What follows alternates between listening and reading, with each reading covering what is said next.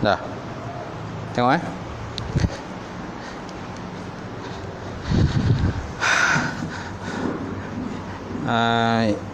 itu video, rakaman video sebab internet lain tak kuat hujan ni. Baik, insya-Allah. Hari itu sampai mana, ayat mana? Saya tinggal satu. Saya tinggal satu pengajian. Yalah, satu pengajian. Tapi yang last itu surah Al-Mulk kan? Surah Al-Mulk ayat 20, insya-Allah. Kita lihat ayat 20. Okey, 20. Mula lagi. Hari itu ayat 15. Wallazi ja'ala lakumul arda zalula famshu fi manakibiha wa kulu min rizqihi wa ilaihin nusyur. Pas itu kan. Jadi sekarang malam ni kita lihat tentang ayat yang ke 16. 16 Allah Ta'ala menyebut Al-Quran dalam surah Al-Mulk, dalam tafsir Al-Munir ini. Apa Allah Ta'ala menyebut Al-Quran? Ayat yang ke-16 tuan-tuan. Lihat. Boleh. Allah Ta'ala sebut Al-Quran, dia kata A'amintum man fis samai ay yakhshifa bikumul arda fa iza hiya tamur. Am amintum man fis samai ay yursila 'alaikum hasiba fasata'lamuna kaifa nazir. Walaqad kazzdzaba allazina min qablihim fakaifa kana nakir. Awalam yaru ila at-tayri fawqahum saffati wa yaqbidna ma yumsikuhunna illa ar-rahman innahu bikulli syai'in basir. Maksudnya, patutkah kalian merasa aman dan tidak gentar kemungkinan Tuhan yang di langit itu menjeluskan bumi? Amintum man fis sama' ay yakhshifa bikumul arda fa iza hiya tamur. Patutkah kamu merasa aman? Maksudnya tidak gentar kemungkinan Tuhan, man ni maksud Tuhan lah, yang di langit itu menjeluskan bumi, kemudian menimbuskan kamu. Fa iza hiya tamur, tiba-tiba bumi menjadi bergegar. Tiba-tiba bumi menjadi bergegar dengan hebat dia. Itu ayat yang ke-16. Kemudian ayat ke-17, am amintum man fis samai ay yursila 'alaikum hasiba fasata'lamu kaifa nazir. Atau patutkah kamu merasa aman? Maksudnya, dan tidak merasa bimbang kemungkinan Allah Ta'ala yang di langit itu mencetuskan kepada kamu angin ribut yang menghujani kamu dengan batu. Ayyusila alaikum hasiba, bahawa diutuskan pada kamu itu angin ribut beserta dengan hujan batu. Fasata'lamuna kaifa nazir, maka dengan itu kelak kamu akan mengetahui bagaimana buruknya kesan daripada amaranku. Buruknya kesan daripada amaranku, maknanya amaran daripada Allah Subhanahu Wa Taala. Baik, kemudian ayat ke-18. Walaqad kazzdzaba allazina min qablihim fakaifa kana nakir. Dan sungguh, kalau sini dia kata, padahal harus diingat orang-orang kafir sebelum mereka pernah mendustakan, yakni rasul-rasul, lalu mereka dibinasakan. Oleh itu perhatikanlah bagaimana buruknya kesan daripada kemurkaanku, kesan daripada kemurkaan Allah Subhanahu wa taala. Kalau terjemahan lainnya dia kata walaqad kazzdzabal ladzina min qablihim, dan sungguh orang-orang yang telah mendustakan Allah Taala sebelum daripada kamu, mereka telah ditimpa akan bala bencana dan azab. Pakai fakana nakir. Oleh itu perhatikanlah bagaimana kesan buruknya kemurkaanku, kata Allah Taala. Awalam yaru ila at-tayri fawqahum safati wa yaqbidna ma yumsikuhunna illa ar-rahman innahu bikulli syai'in basir.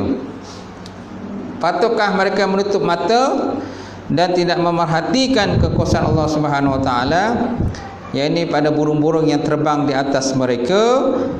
Siapakah yang menjaganya ketika burung-burung itu mengembangkan dan menutupkan sayap dia? Jadi siapa yang menjaga? Siapa yang meliharanya ketika burung-burung tadi mengembangkan sayap dan juga menguncupkan sayap? Baik, ma yumsikuhunna illa rahman. Tiada yang dapat menahankan burung itu daripada jatuh melainkan Allah Subhanahu wa taala yang bersifat Ar-Rahman, Maha Pemurah. Innahu bikulli syai'in basir. Sesungguhnya Allah Ta'ala itu dengan setiap sesuatu itu Maha Basir, Maha mengetahui. Baik, Jadi kaitan ayat ini dengan ayat sebelumnya. Apakah kaitan ayat ini tuan-tuan dengan ayat sebelumnya? Sebelum ni tuan-tuan, Allah Ta'ala menerangkan dalil-dalil yang menunjukkan kesempurnaan ilmu Allah Subhanahu wa taala dan juga lingkungan kekuasaan Allah Subhanahu wa taala untuk mencetuskan rasa takut dan menggerunkan golongan yang kafir dan ingkar kepada Allah Taala. Kalau dalam ayat-ayat sebelumnya Allah Taala cerita pada kita bahawa ada ayat itu di mana orang-orang kafir itu ketika masukkan ke dalam api neraka, di mana neraka itu hampir terpecah. Iza ulqu fiha sami'u laha shahiqan wa hiya tafur. Kalau tuan-tuan lihat ayat ke-7, iza ulqu fiha, apabila campakkan mereka itu ke dalamnya api neraka, sami'u laha shahiqan wa hiya tafur, lalu kamu mendengar akan suara siulan sedutan neraka, wahya tafur, padahal neraka itu dalam keadaan menggelegak. Takadu tamayyazu minal ghais, hampir-hampirlah neraka itu terpecah, ataupun pecah neraka itu hampir-hampir pecah, kan?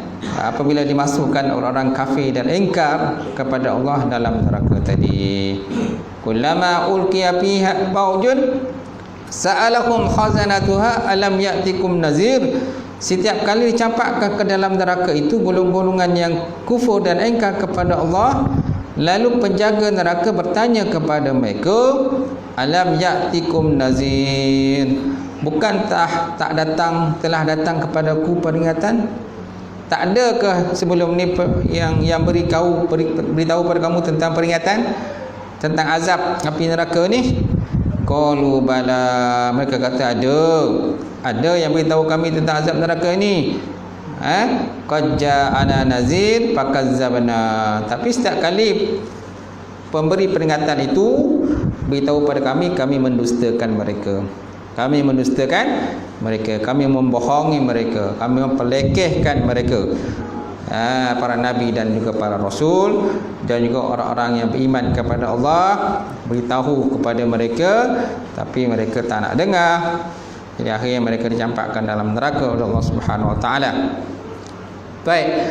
Jadi sebelum ini Allah Taala menerangkan dalil-dalil yang menunjukkan kesempurnaan ilmu Allah dan lingkungan kekuasaan Allah, serta mencetuskan rasa takut dan menggerunkan golongan kafir. Susulan itu tuan-tuan, Allah Ta'ala mengemukakan dalil-dalil yang lain pula dengan tujuan untuk mengancam dan mengugut bahawa mereka boleh dibenamkan segera ke dalam bumi atau menghadapi bencana angin kencang, ribut taupan yang memusnahkan segala-galanya. Di samping itu, mereka diingatkan tentang kemusnahan umat-umat terdahulu seperti umat kaum Ad, kaum Samud, kaum Nuh dan kaum Fir'aun bersama dengan bala tentera dia yang musnah di Laut Merah. Lebih-lebih lagi bahawa Allah Ta'ala berkuasa menerbangkan burung di ruang langit yang untuk terbang. Baik, kita lihat ayat yang ke-16 tafsirannya. Dalam ayat ke-16 ini Allah Ta'ala sebut dalam Quran, dia kata amintum man fis samai ay yakhshifa bikumul arda fa iza hiya tamur. Maksudnya, patutkah kalian merasa aman yakni tidak gentar kemungkinan Tuhan yang di langit itu menjeluskan bumi, menimbus kamu, lalu tiba-tiba bumi bergegar dengan hebatnya. So, patutkah kita merasa aman ataupun selesa lah? Kerana Allah Ta'ala boleh, kan, tiba-tiba tuan-tuan, Allah Ta'ala boleh menjadikan gempa bumi. Biasanya gempa bumi lah. Dia tanah jelus ni, dia tak ada tiba-tiba berlaku tanah jelus. Biasanya akan berlakunya gempa bumi, kegoncangan dan sebagainya. Tempat yang kita rasa, tuan-tuan, tempat yang kita rasa selamat, tiba-tiba tak selamat. Seperti gempa bumi yang berlaku di Palu, kan, tuan-tuan lihat kan macam mana keadaan di sana, di mana bumi itu yang keras menjadi lembut.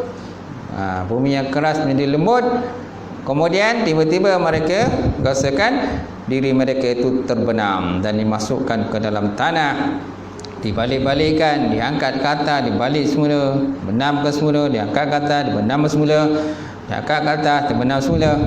So maknanya kita sebenarnya pun tak akan selamat, tuan-tuan. Kita jangan merasakan kita selamat. Walaupun kita bukan berada di laluan gunung berapi, kan? Kalau Indonesia tu biasalah berada di laluan gunung berapi, kita tak berada di laluan gunung berapi. Tetapi kita jangan merasa yakin bahawa Allah Ta'ala tak boleh menurunkan azab bala bencana kepada kita. Itu sebabnya apa saja maksiat, kemungkaran, kan, benda-benda yang keji, benda yang tak sepatutnya berlaku, naklah kita cegah dan kita tegur dan kita elakkan berlakunya sebarang kemungkaran. Kerana disebabkan kemungkaran orang lain, maka kita pun boleh terkena juga musibah bala bencana tersebut, tuan-tuan. Baik. Baik. Jadi bagaimana mungkin kamu boleh merasa aman dan bebas daripada azab Allah? Seperti ditelan bumi, sebagaimana yang berlaku kepada Qarun. Qarun ni termasuk dalam umat Nabi Musa AS. Qarun punya harta yang begitu banyak, sehingga kan kunci dia punya khazanah harta dia tu, tuan-tuan, terpaksa dibawa dengan beberapa ekor keldai, kan, terpaksa diangkatkan di kunci terlalu banyak. Malah kadang-kadang dia pun tak ingat, tuan-tuan, mana satu bilik yang dia nak masuk tu, kerana terlalu banyak kunci dia. Okay? Dan dia merasakan bahawa nikmat yang dapat itu adalah nikmat daripada usaha dia sendiri. Itu sebabnya, tuan-tuan, apa saja nikmat yang kita dapat, walaupun zahiriatnya kita nampak kita yang bekerja dan berusaha, hakikatnya itu semuanya daripada Allah Subhanahu Wa Taala. Itu sebabnya kita jangan sombong dan takabur di atas nikmat tersebut. Semua adalah pinjaman daripada Allah. Sifat orang yang meminjam, lambat laun dia akan mengambil semula pinjaman tersebut. Sifat orang yang meminjam, lambat laun dia akan mengambil semula apa benda yang dipinjamkan kepada kita. Baik. Kemudian, dan Qarun akhirnya diperintahkan untuk bayar zakat. Tapi dia tak nak bayar zakat. Dia kata, buat apa nak bayar zakat? Kerana ini hanya hartaku semua. Maka akhirnya Allah Ta'ala benamkan dia ke dalam bumi. Sampailah sehingga hari ini masih lagi dibenamkan bumi oleh Allah Subhanahu Wa Ta'ala. Dan akhirat besok dia akan dibangkitkan bersama dengan segala harta benda yang dia kedekut, yang dia tak nak gunakan untuk pada jalan Allah Subhanahu Wa Ta'ala. Baik. Padahal antara rahmat Allah Ta'ala telah pun mempermudahkan kamu bertebaran di pelosok muka bumi. Bagaimana kalau nanti tiba-tiba bumi bergegar dan bergoncang serta menelan kalian? Pertanyaan diajukan ini adalah semacam ancaman dan pemakluman bahawa Allah Ta'ala berkuasa untuk mengazab golongan yang kufur dan menyekutukan Allah Ta'ala dengan Tuhan yang lain. Ibn Abbas menyatakan bahawa bagaimana kamu boleh merasa aman dan terlepas daripada tindakan yang di langit seandainya kamu menderhaka kepadanya Allah. Ayat ini serupa dengan ayat dalam firman Allah Subhanahu Wa Ta'ala, ayat surah Al-An'am ayat 65. Allah Ta'ala menyebut dalam Quran, dia kata, qul huwa qadiru ala ayyab'asa alaikum azaban min fawqikum aw min tahti arjulikum. Katakan olehmu ya Muhammad, Allah Ta'ala yang Maha Berkuasa mengenakan kepada kamu azab seksa bala bencana daripada sebelah atas kamu ataupun daripada bawah kaki kamu. Allah Ta'ala mampu melakukannya. Sama ada azab ni nak turun daripada belah atas ataupun daripada belah bawah. Kerana azab ni macam-macam tuan-tuan. Azab ni macam-macam Allah Ta'ala boleh hantar.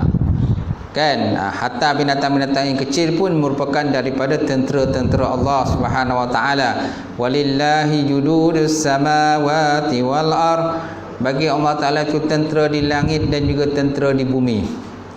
Nyamuk adalah tentera Allah. Lalat pun tentera Allah. Kan? Binatang-binatang berbisa tu semuanya adalah tentera-tentera Allah Taala. Kalau pada zaman Bani Israel tuan-tuan, pada zaman Nabi Musa alaihissalam, kan Allah Ta'ala mendatangkan kutu-kutu, kumal, kutu-kutu, belalang-belalang. Lepas tu dapat katak-katak, kan, kutu-kutu, kan, belalang. Kemudian apa lagi? Darah. Air yang diminum oleh mereka menjadi darah. Air yang mereka minum menjadi darah. Itu adalah bentuk azab sesaan yang Allah Ta'ala kenakan kepada kaum Fir'aun dan juga bersama dengan kaum dia lah. Mereka sangat tuan-tuan sempit, kan? Sangat sedih, sempit kehidupan mereka masa itu tuan-tuan, sebabkan oleh bala bencana. Tapi akhirnya mereka tetap juga mendustakan Allah Subhanahu wa taala. Mereka nak juga membunuh Nabi Musa alaihissalam beserta dengan kaumnya Bani Israel. Jadi akhirnya mereka mengejar Musa, kan, sampailah kepada Laut Merah. Akhirnya, kan, laut pun terbelah dan Nabi Musa dengan kaumnya Bani Israel berjaya menyeberangi laut, tetapi Firaun bersama tenteranya akhirnya tenggelam dalam Laut Merah. Tenggelam dalam Laut Merah tuan-tuan. Nampak? Okey. Baik, kemudian pada zaman dulu pun ada bermacam-macam kaum. Contohnya kaum Ad. Kaum Ad ni kaum siapa tuan-tuan? Kaum Ad ni adalah kaum Nabi Hud. Kaum Nabi Hud alaihissalam. Kaum Samud ini kaum Nabi Saleh alaihissalam. Kemudian kaum Nuh tu Nabi Nuh lah, dan Bani Israel. Yang banyak diceritakan Quran tuan-tuan ialah kaum Bani Israel. Gitu. Baik, kemudian itu pun kelembutan dan rahmat Allah terhadap makhluk menyebabkan dia menaruh belas kasihan dan memaafkan mereka. Malah Allah Ta'ala memberi tempoh dan tidak menyegerakan seksaan kepada mereka. Jadi Allah Ta'ala tertanami satu sifat kasih sayang, terutama sekali kepada umat Nabi Muhammad sallallahu alaihi wasallam. Kalau umat-umat dulu tuan-tuan, Allah Ta'ala bagi, kalau Allah Ta'ala turunkan azab, jam tu juga Allah Ta'ala turunkan azab. Kan, kata umat kaum Nabi Lut alaihissalam. Umat kaum Nabi Lut alaihissalam. Kan? Yang jahat tu umat dia, bukan Nabi Lut. Bukan Nabi Lut. Tapi ramai di kalangan kita tuan-tuan tak nak letak nama anaknya Lut. Ada tak yang nak letak nama anak dia Lut? Tak ada kan? Jaranglah kalau kita jumpa orang letak nama anaknya Lut. Kenapa? Kerana mereka anggap bila letak nama anak Nabi Lut jadi serupa dengan kaum Lut. Sebenarnya tidak, kaum Lut lain, Nabi Lut lain. Nabi Lut ni baik. Nabi Lut baik, yang jahat tu kaum dia. Di mana kaumnya mendatangi lelaki dengan lelaki, LGBT lah, lelaki jumpa dengan lelaki tuan-tuan. Akhirnya Allah Ta'ala menurunkan azab kepada mereka. Bumi Lut itu diangkat oleh para malaikat ke langit, kemudian dibalikkan, kemudian dicampak ke bumi, kemudian dibaling, dilontar dengan hujan batu daripada langit secara bertubi-tubi.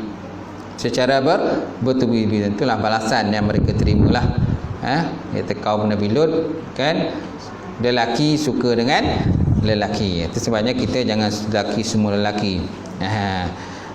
Okay. Habis Ustaz, salam lelaki dengan lelaki macam mana? Boleh aja, tapi jangan naikkan nafsu lah. Kan, kalau salam tu macam jaga salam tu kan, ini salam-salam biasa lah, tak salah kan. Musafahah, mana bersalam-salam antara lelaki dengan lelaki. Bila kita habis solat, salam. Kita jumpa pun kita salam.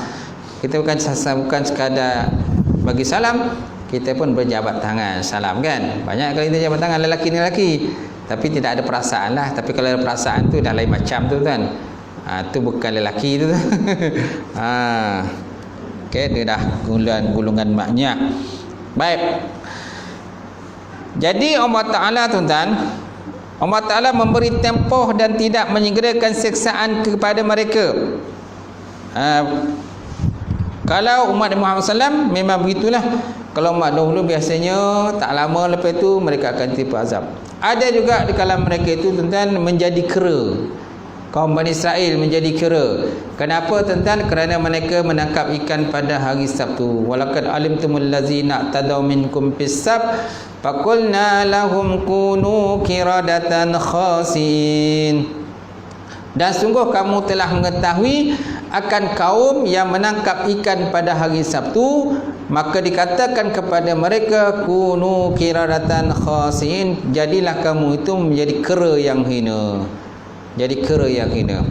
Ini dinamakan sebagai golongan ashabus sabti, menangkap ikan pada hari Sabtu. Sedangkan mengikut kaum kata ajaran Nabi Musa AS, mereka dilarang menangkap ikan pada hari Sabtu, tapi mereka tangkap juga.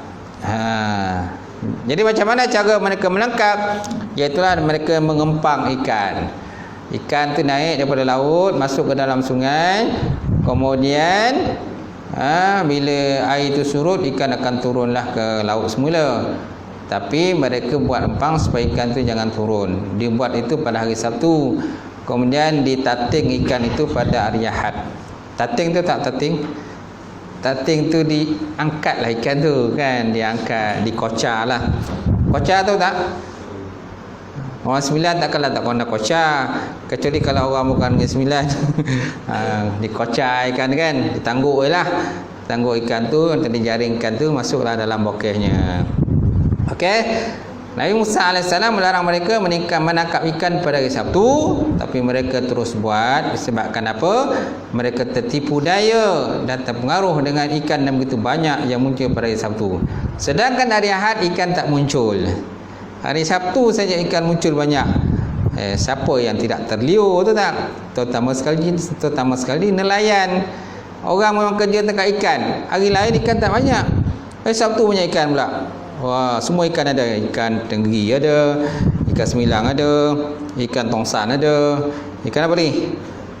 Ikan tongsan tu tak? Ikan tongsan kan? Tapi ikan tongsan ni tak ada dalam laut kan? Okey, boleh. Ikan siakap, siakap 3 rasa, 10 rasa semua adalah. Kan? Ikan bawal ada. Apa lagi? Ikan ruhu yang panjang tu kan. Yang panjang kan macam torpedo kan. Tahu tak? Ikan tu semua sedap. Jadi alangkah ruginya bagi mereka kalau seandainya mereka tidak menangkap ikan pada hari itu. Jadi akhirnya mereka buat ampangan. Buat ampangan, dan ikan tu tak boleh turun ke laut semula, dan hari Ahad mereka angkat ikan tu, tating ikan tu, dan mereka makan dan mereka jual dan sebagainya. Jadi perkara itu telah diketahui oleh Musa, dan Musa melarang mereka jangan buat lagi, tapi mereka buat. Akhirnya turunlah balasan daripada Allah Ta'ala.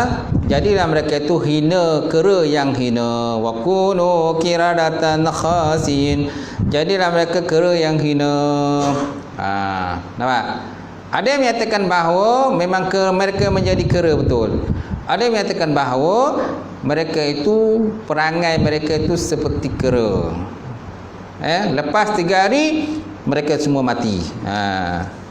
Menerima azab daripada Allah Subhanahu wa taala. Baik. Kemudian kita sambung lagi.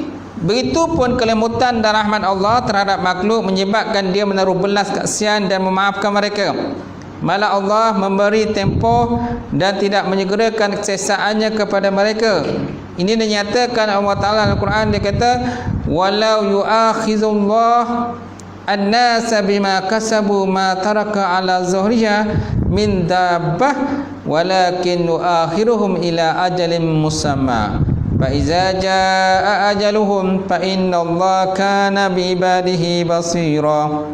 Maksudnya, dan kalau Allah Ta'ala menghukum secara kontan secara serta-merta kesalahan mereka dan terus menyeksa mereka disebabkan amal-amal jahat yang mereka lakukan, tentulah tiada siapa makhluk yang boleh tinggal di muka bumi, kerana semuanya akan habis binasa.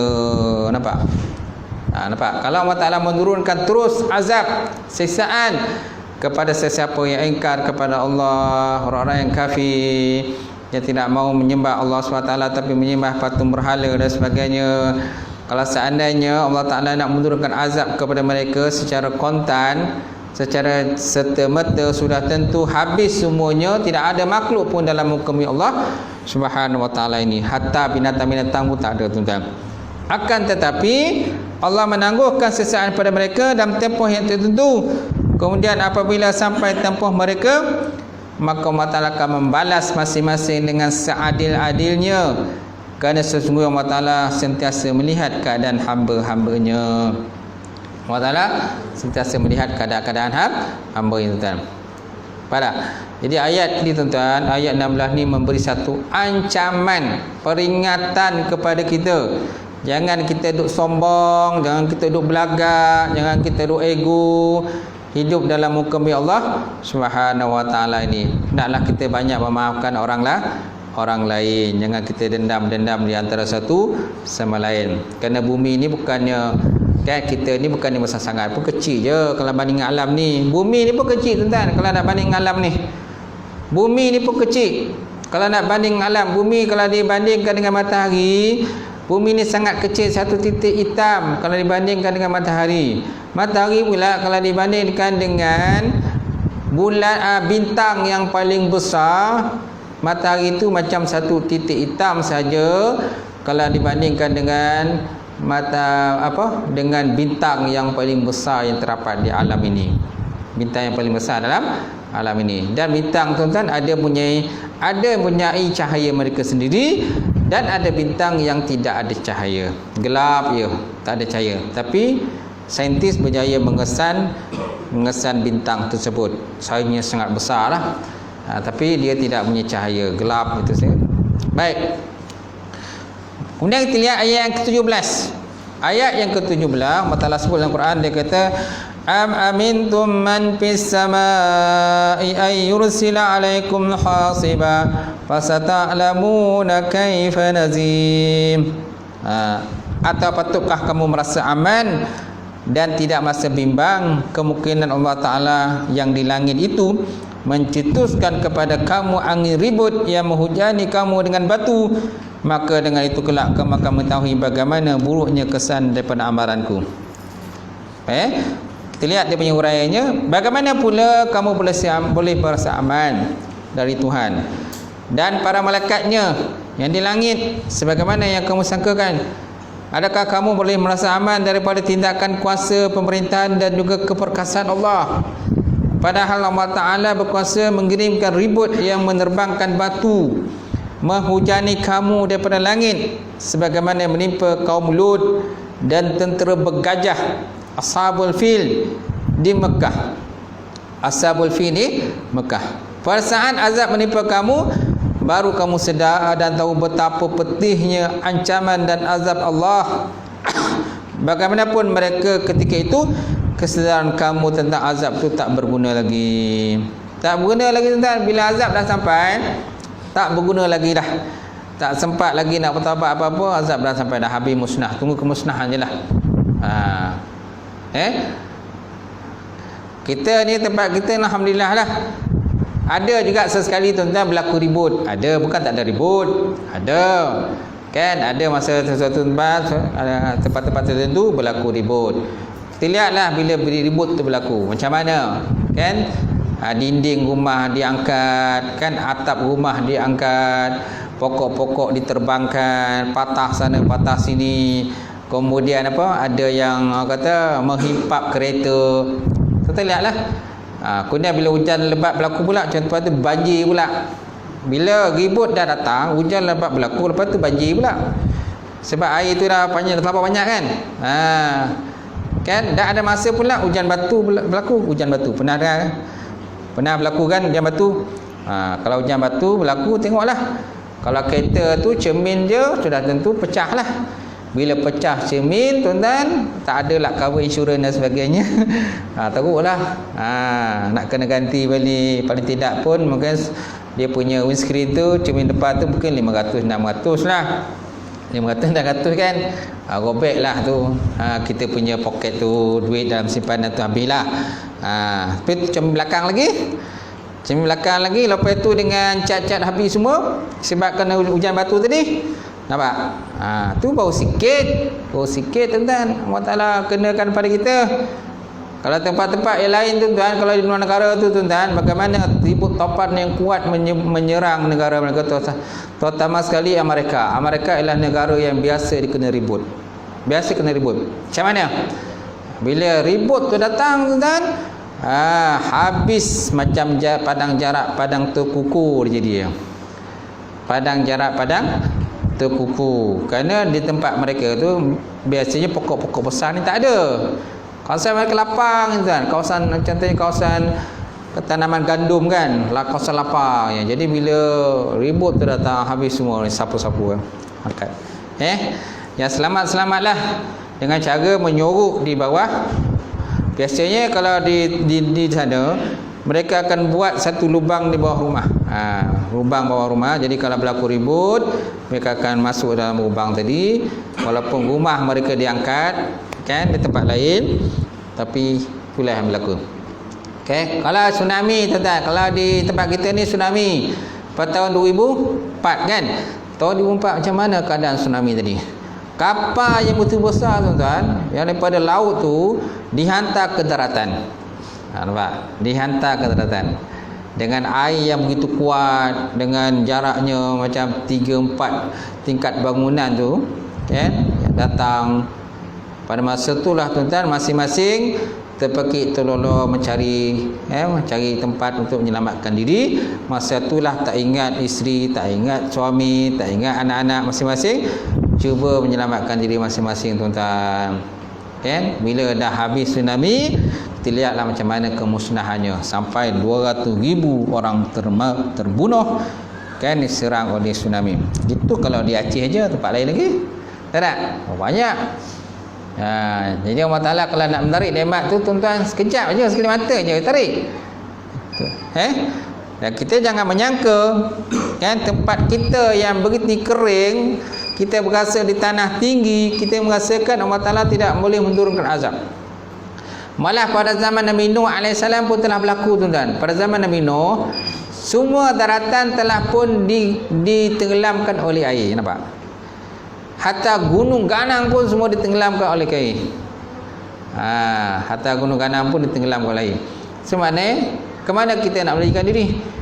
Jadi kita jangan selesa, alah kita duduk tempat tinggi ni, tak mungkinlah air sampai. Tak mungkinlah air sampai. Sejarah telah menunjukkan bahawa air boleh sampai kepada dataran yang tinggi. Itulah pada zaman Nabi Nuh alaihissalam. Jadi kita janganlah sombong. Baik. Kemudian ayat yang sebanding dengan ayat di atas ialah firman Allah Subhanahu wa taala, amintum ay yakhsifa bikum janibal barri aw yursila alaikum hasiba thumma la tajidu lakum wakila. Maksudnya, apakah kamu merasa aman daripada hukuman Allah Subhanahu wa taala jika Allah Taala menjeluskan sebahagian daripada tapak bumi, tempat penghunian kamu, atau dia mengirimkan hujan batu menimpa kamu, ketika itu kamu dapati tiada siapa pun yang dapat membantu dan juga menolong kamu. Kemudian Allah Ta'ala mengingatkan tentang azab yang telah menimpa kaum-kaum silam.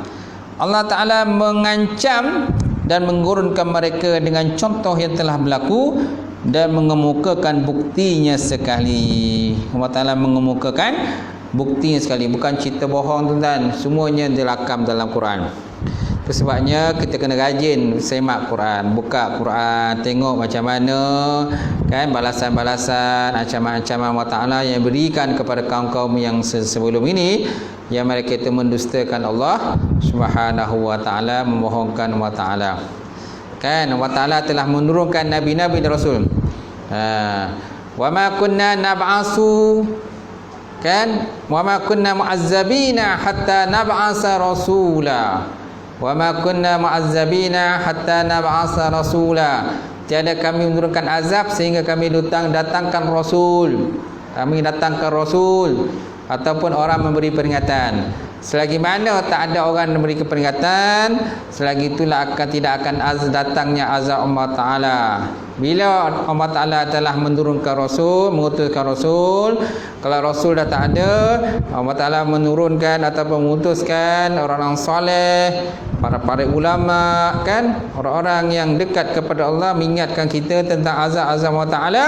Jadi naklah kita jauhkan azab-azab tadi, kan, benda-benda maksiat tadi ditakuti, kan. Bila dah datang memberi peringatan, kita masih lagi lalai dan leka, nasihat Allah Ta'ala boleh mendatangkan azab pada bencana. Sesuai dengan ayat tadi, wa ma kunna mu'azzabina hatta nab'atsa rasulah. Tiadalah kami menurunkan azab sehingga kami utuskan